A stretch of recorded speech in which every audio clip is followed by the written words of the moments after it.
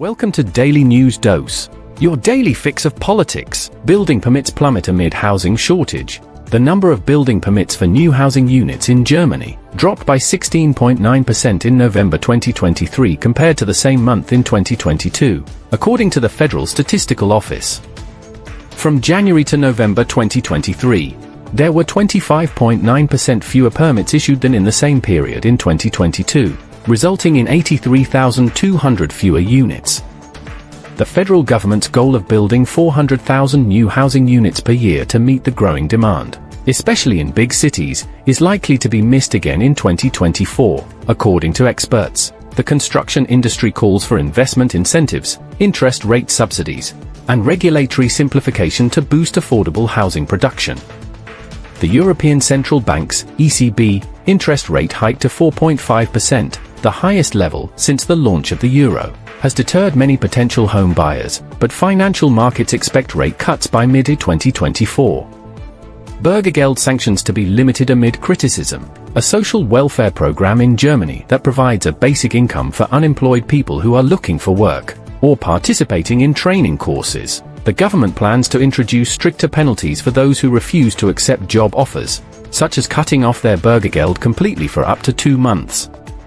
The proposed sanctions have sparked protests from the opposition parties, social organizations, and even some coalition partners, who argue that they violate the constitutional right to a dignified existence and the human dignity of the recipients. The coalition factions have agreed to limit the sanctions to 2 years, after which they will be evaluated and decided whether to keep them or not. The Greens claim to have pushed for this compromise, while the CDU suggests changing the constitution to allow harsher measures. Speed up deportation of rejected asylum seekers. The law aims to prevent rejected asylum seekers from evading deportation by expanding the detention period, allowing police searches in communal facilities, and reducing the advance notice of removals.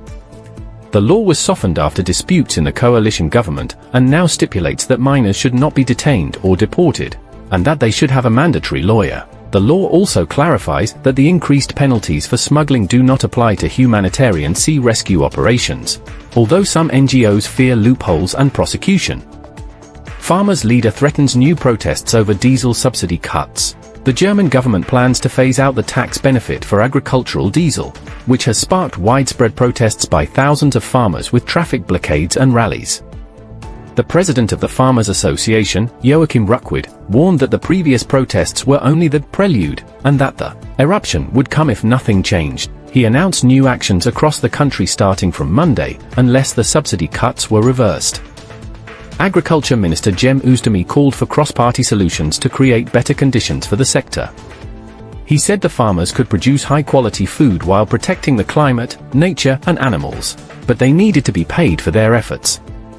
He also proposed a animal welfare cent to finance the transformation of animal husbandry and a cartel office investigation to strengthen the farmers' position in the market. The Ampel coalition introduced a resolution proposal to outline possible relief measures for the farmers, such as reducing bureaucracy or securing funding for the renovation of stables.